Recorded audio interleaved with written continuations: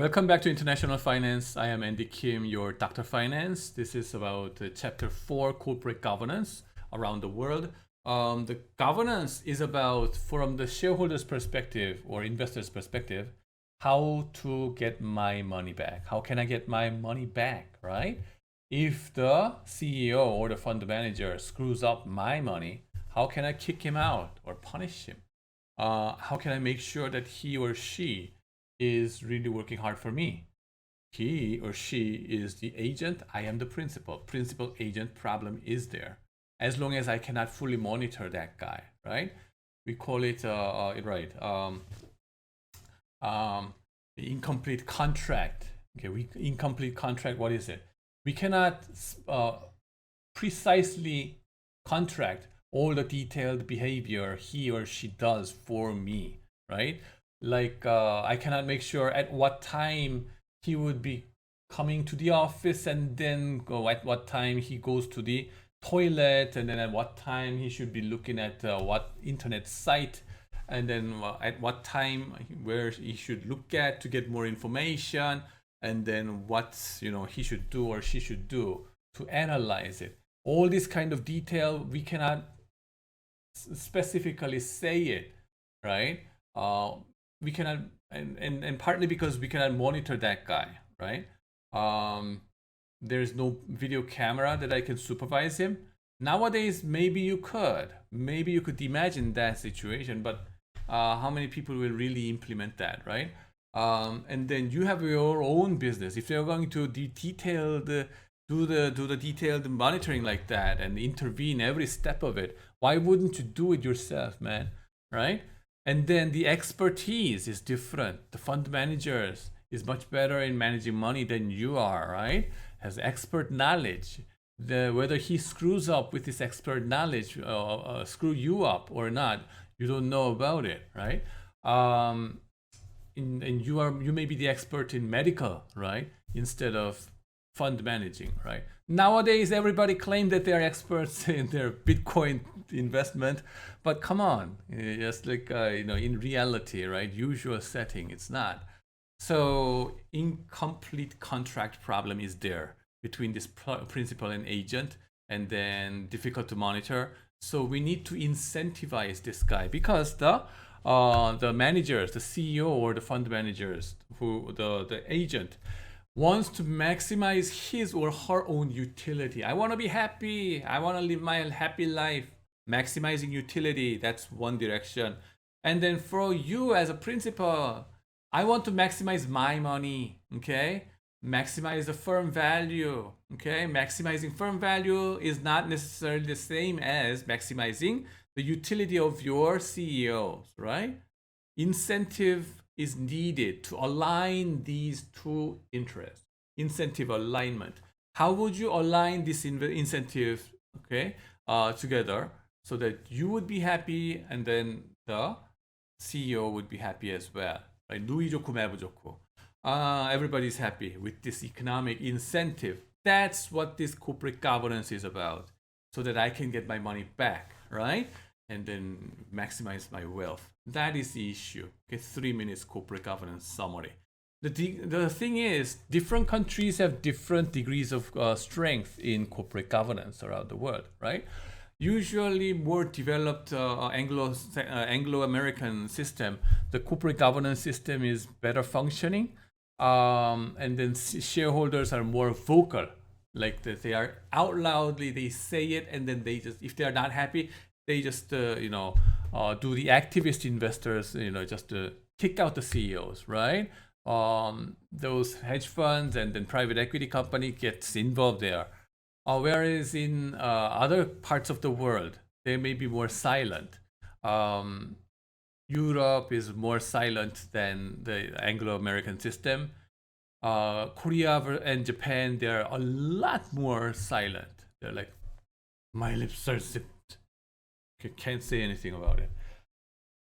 But Korean people, I guess, compared to the Japanese investors, Korean investors may have more chance of being more vocal, because politically, the Korean people experienced more of a, how do you say, the grassroots-based revolution, kind of democratic revolution, without bloodshed sometimes recently, right? Whereas Japan, they never experienced that kind of things. It was always like the either the emperor or denno in their political system was supervising, and then given to them, right? This democratic system, let's do it. Or the American, like MacArthur, right? They just impose this democratic system, so elections and parliamentary system, and then the grassroots system, grassroots people, they never experienced their own revolution. Okay, so maybe they are more silent, but in Korean shareholders, they have more chance of being more vocal because it's kind of, this is my personal speculation about it, but their experience in politics spills over to the shareholders voting mechanism, I think. So that's something worth noticing, worth investigating in the future. Anyway, so different political experience, right, may affect this kind of things. That's my hypothesis. Yeah. And then, so with that in mind, let's quickly just go through this chapter. A lot of things being discussed, but it's really more pretty much you can read it off yourself. But the important part is about how do I get my money back? How can I get my money back? My precious, right? Column takes it. And then me as a shareholder, I always have this column in my mind, right? And then the shareholder, the CEO, he has his own column in his mind, right? Column takes it and makes myself happy. Whereas, I as a shareholder, I want you to maximize shareholder value, right? So how can we align this interest together, right? How is it tightly aligned? That's the degree of governance strength. Governance and the public corporation, the key issue is that the public corporation, which is jointly owned by a multitude of shareholders, protected with limited liability, is a major organizational innovation of vast economic consequences. It is an efficient risk-sharing mechanism that allows corporations to raise large amounts of capital. Now, I told you about this Singer, right? Sewing machine, right? The key issue I wanted to highlight over there was this part. The shareholders, the public corporation structure enabled him to, allocate this wealth to his descendants rather peacefully, instead of making them fight against each other like crazy. Anyway, public corporation key issue. The key weakness is the conflict of interest between the managers and shareholders. In principle, shareholders elect board of directors who in turn hire and fire managers who actually run the company, the CEO. And then, in reality, management-friendly insiders often dominate the board of directors, with relatively few outside directors who can independently monitor the management. So, board of directors, fully insiders, that's dangerous. Outside investors, you want to hide more. You want to have more independent outside directors, but that's also difficult in reality. In the case of Enron and other dysfunctional corporations, the boards of directors grossly fail to safeguard the shareholder interest. In 2001, right, there was a huge debacle called Enron, because that was, they were doing a lot of accounting fraud, doing fictitious trading, and then eventually they became Fortune top 5 companies in terms of asset size. A huge fraud, right, happened. And then furthermore, with diffused ownership, most shareholders have strong enough incentive to incur the cost of monitoring management themselves. It's easier to just sell your shares, which is what we call the Wall Street walk, walking away from the company if you're dissatisfied. Agency problem, I told you before, shareholders allocate decision-making authority to the managers because there are too many shareholders and atomistically small. 국민주, right? Like all atomistically small shareholders, millions of them together. They don't know what to do. Too many boatsmen, salesmen, too many captains in a boat. That the boat goes to the mountain. We call it in Korean saying it goes like that, right? So instead, why don't we just have one CEOs, as our representative or agent, will be managing the company on behalf of us. That's the idea. That's why the managers are hired in the first place. Many shareholders are not qualified to make complex business decisions. Let's say I am the shareholder of Samsung Electronics.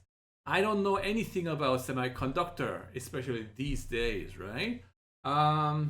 Those experts in that industry, let them control the company, right? They will be, best efficient to do it. A shareholder with a diversified portfolio would not have the time to devote making the numerous decisions at each of his many companies anyway. Maybe I hold like 10 different companies, like because my finger is 10, right?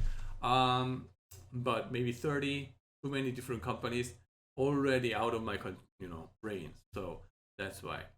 And then the agency problem, right? Think about how many subjects that you take in a semester. Do you take 10 courses? You have a portfolio of courses in your mind. 30 different? Come on. Has to be some CEOs, right, in this company. Having short-term control of the firm's assets, managers might be tempted to act in the manager's short-term best interest instead of the shareholders' long-term best interest. That's utility maximization in an easy way of saying it, right? Consumption of lavish benefits is one example. I told you many times about this RJR Nabisco's case. The airplanes, corporate jets. With the free cash flow of the companies, they purchased 32 different corporate jets. Why do they need 32 different corporate jets? They called it RJR Air Force, right? Wasting shareholders' money like that. Yeah, lavish benefit. And then you see a lot of Rolls Royce running around, right? Those are corporate cars, usually. Expropriation of shareholders' wealth. Come on. And outright stealing is another example. Some Russian oil companies are known to sell oil to manager-owned trading companies at below market prices. So some Korean companies do that too. We are the world. Everybody is the same, and when it comes to, expropriating all those wealth, right? When you're not monitored, right? South Korean confectionery companies at one point, they were, giving those money to the founder of the confectionery company, the CEO, gave huge amount of money to his son in the form of supporting their subsidiary company, Yeonyangang, right? Yeonyangang kind of things, a small confectionery thing. You do the project and then buy their raw material, their products, right? So expensively, even though their cost is like 10% of it, and then 일감 몰아주기 kind of things, like all the kind of works that you have to allocate to your suppliers, give everything to your sons and daughters at expensive transfer price. There's a huge problem about that. Now, even at that, they don't always bother to collect the bills. Yeah. So, a lot of problems, right? The agency problem I have at Enron, they had about 3,500 subsidiaries and affiliates. Many of these were run and partly owned by Enron executives. In a textbook, you have an Enron case over there. In retrospect, conflict of interest should have been an obvious concern. They had a lot of paper companies in the name of special purpose vehicle. A lot of debts were kept off balance sheet so that, cosmetically looking good in their balance sheet, misleading those investors. Partnership performed hundreds of millions of dollars of transactions with Enron itself, in some cases buying assets from the company or selling assets to it. And then the problem is, where did the executives' loyalties lie? Are they trying to negotiate the best deal for the company that employs them and the shareholders who own the company, or the best deal for the partnership where they had an ownership stake, right? The board of directors claimed that these partnerships with executive ownership allowed the firms to speed up contracting, the project to protect itself in dealings with these partnerships. The company supposedly set up safeguards that required top company officers and the board to review and approve deals between Enron and the partnerships. And then clearly these safeguards were insufficient. Now, remedies for the agency problem is like in the US, shareholders have the right to elect the board of directors. If the board remains independent of management, it can serve as an effective mechanism for curbing the agency problem. And then corporate board, right? Board of directors structure differs depending on the country, that you're working at. German board system, the structure and the legal charge of corporate boards vary across different countries. Germany, the board is not legally charged with representing the interest of shareholders, but it is instead charged with representing the interest of the stakeholders, i.e. workers and creditors, labor unions, that means, right? Now, what I'm trying to say is this one. This is a pyramid of the company's organization, which is, here you see employees, right? And then the CEO sits over here as a top guy, and CFO and COO maybe here, right? And then who is going to monitor the CEO? That's the board of directors. Board of directors. And they are the representative of the shareholders. Okay, millions of shareholders and monitoring the CEO. That's what we are trying to say over here, right? So this board of directors should be a representative of the shareholders. That's that's Anglo-American idea. In Germany, they say corporate board of directors. Some part of it should come from labor union, and then some part of it should come from the banks. Deutsche Bank, right? Deutsche Bank send their board members to the bankers to as a board member in Daimler-Benz, right? Bank relation is very strong over there. Things like that. Other stakeholders also have board membership for a given company. That's Germany. Okay. Is that better efficient than Anglo-American system of board of directors representing only shareholders? That's a big question. Okay. England, right? The majority of public companies voluntarily abide by the code of best practice on corporate governance. It recommends that there should be at least 3 outside directors, and that board chairman and the CEO should be different individuals. How about South Korea? At least 1/4 of the board members have to be independent directors. Independent, that means he should not be an employee of the company, should not be a subordinate of the CEO, or should not be the CEO himself. Independent directors are by definition like that. If total assets is more than 2 trillion Korean won, or about $2 billion US, and if it is publicly traded in the stock market, at least 3 and more than half of the board members have to be at least 3, and more than half of the board members have to be independent. Okay. How about Japan? Most corporate boards are insider dominated and primarily concerned with the welfare of the keiretsu to which the company belongs. Keiretsu is a keiersa. It's like a group company. We call it 재벌. Japanese call it zaibatsu. The same Chinese character. And then the 재벌 Korean terminology is nowadays more popularly used in finance academia in the whole world, right? Very interesting thing. Even though the 재벌 word is something we try to avoid in Korean business setting, having some negative connotation too much, the Jebel word is frequently used in finance academia and economics academia more than Zaibatsu. Anyway, the Keiretsu system. I told you, Japan is more succumbing and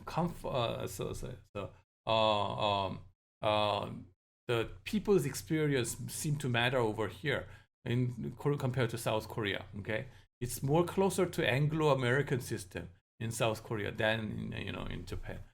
Incentive contract. It is difficult to design a compensation scheme that gives executive an incentive to work hard and increase the shareholder wealth together.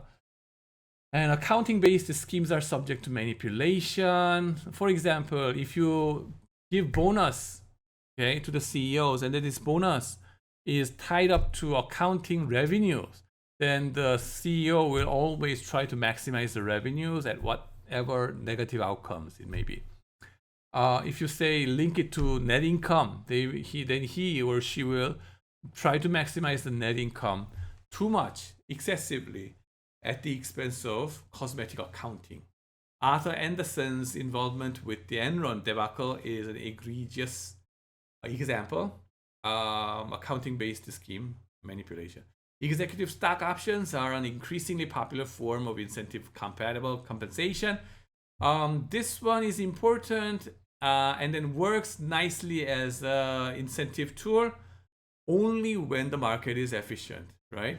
The efficient in the sense that the information that the CEO has worked hard gets priced into the stock price, gets reflected into the stock price correctly.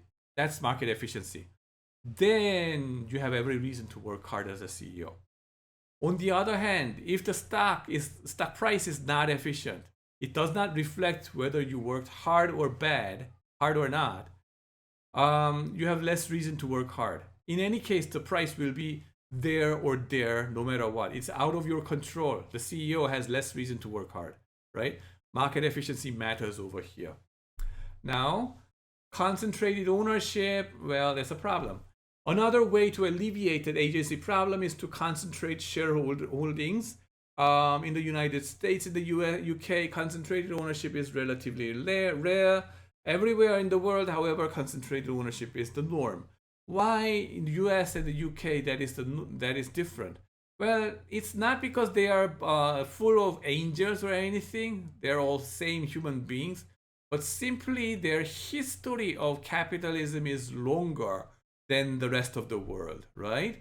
In the early stage of their capitalist history, like in the early 20th century or late 19th century, they had a period called the robber baron's age. Robber baron, 도둑놈, right? Kind of robber baron age, where all kinds of bad corporate expropriation was happening, just like what we have been experiencing in Korea over the last decades or so. Okay.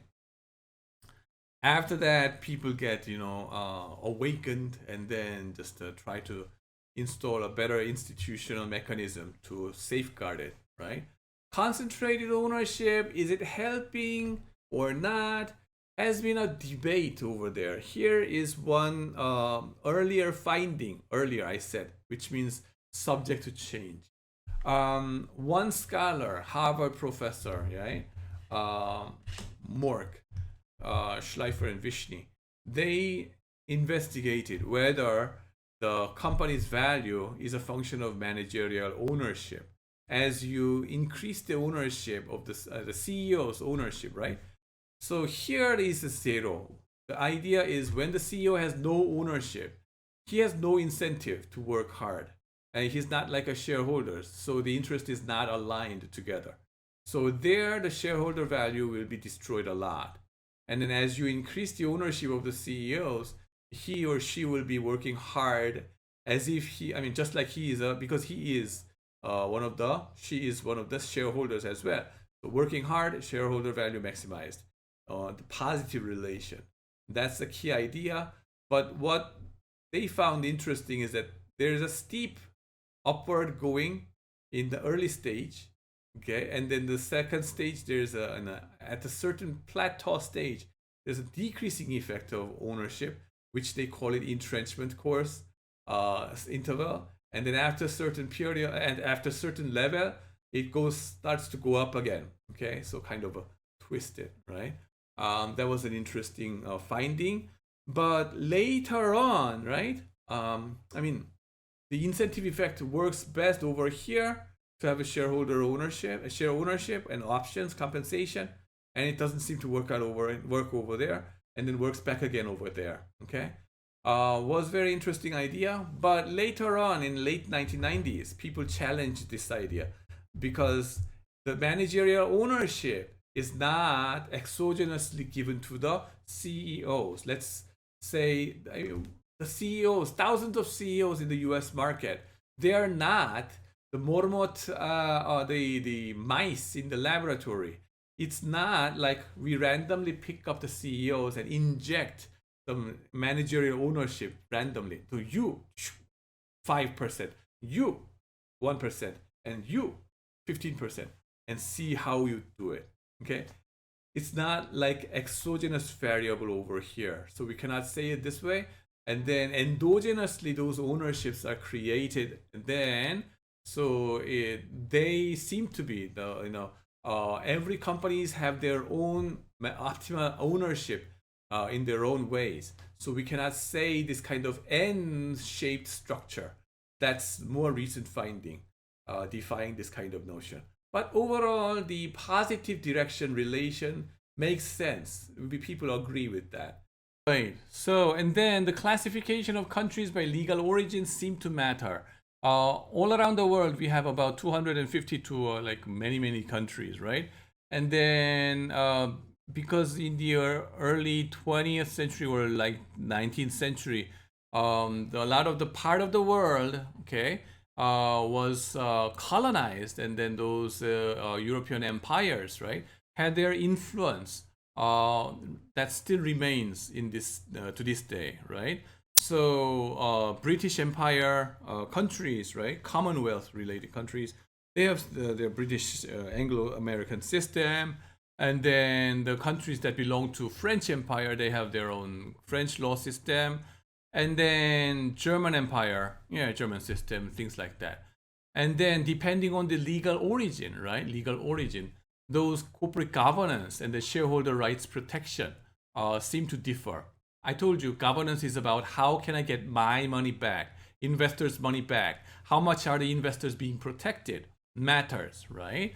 English-based system, you see it, Malaysia, and then all these countries, Hong Kong and Australia. And then here, English common law once again. Singapore is there. You go there, and then the Raffles is the best thing ever in Singapore all the time. Raffles, Sir Raffles is the one who designed the city country like a couple of 100 years ago. That sustains until now, and that's partially why the Singapore is really very, how do you say, the center of Asia business, and then hosting a lot of companies there. And the French civil law system is here, right? And then French civil law countries, Latin America largely, and in German civil law countries, Austria, of course, Habsburg family, and then you see Japan and South Korea over here. Why? And Taiwan. You may wonder, but first of all, South Korea and Taiwan had a common experience of being, colonized by Japan. Korea over 36 years, and Taiwan a couple of years maybe, 10 years maybe. But Japan was an ally, friend country with Germany. So they try to learn everything from the German, right? Germanische way of everything. And so all those mathematics and science, and and then the social systems, right? The legal systems, they borrowed from them. And then that carried on from Japan to South Korea, because those 36 years, somebody had to be the judges in the legal system in South Korea. Who will be the judges? Well, those who got educated in Japan, and then those who got educated in Japan's Imperial University in Seoul, Imperial College of Seoul, right? 경성제국대학교. And those traditions, or you call it legacy, right? Of the way of judging, right? 주치감경 kind of, which does not make any sense, right? Flows through, right? Yeah, that is still here in Korea, right? So that's that. And then civil law, Scandinavian ones, right? Viking system, yes. And then the differences, right, in legal protection, does it matter? There is a marked difference in legal protection of investors between the two most influential legal systems, English common law and French civil law. Our researchers found this. Why is English common law system more protective of investors than the French civil law system? Is a valid question. The state historically has played a more active role in regulating economic activities and has been less protective of property rights in civil law countries than in common law countries. Okay, that's the reason why. Now, law and corporate governance, commercial legal systems of most countries derive from a relatively few legal origins, right, like these, and then thus the content of law protecting investors' right varies great deal across countries, and it should also be noted that the quality of law enforcement varies a great deal across countries. Now, the consequences of law, the protection of investors' rights has major economic consequences.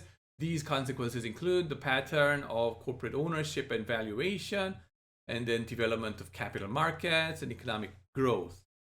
Okay. Yeah, right. You see this table and compare yourself, and then French civil law, German civil law, Scandinavian, yeah. And then Italy versus the United Kingdom. Italy has a French civil law tradition with weak shareholder protection, whereas the United Kingdom, with its English common law tradition, provides a strong investor protection. In Italy, the three largest shareholders own 58% of the company on average. In the UK, the three largest shareholders own about 19% of the company on average. Company ownership is thus highly concentrated in Italy and more diffuse in the UK. And then the consequences, one more, is that in addition, as of 1999, only 247 companies are listed in the stock exchange in Italy, whereas like almost 10 times the number of companies are listed in the UK. Why? Shareholder rights protection. Okay. In the same year, right? The stock market cap as a proportion of the annual GDP was 71% in Italy, but 248% in the UK. The stark contrast between the two countries suggests that protection of investors has significant economic consequences. How can I get my money back, right? How safely am I protected from the law as a shareholder? And then the ownership and control, I'm going to talk about it in the next video. So thanks for watching.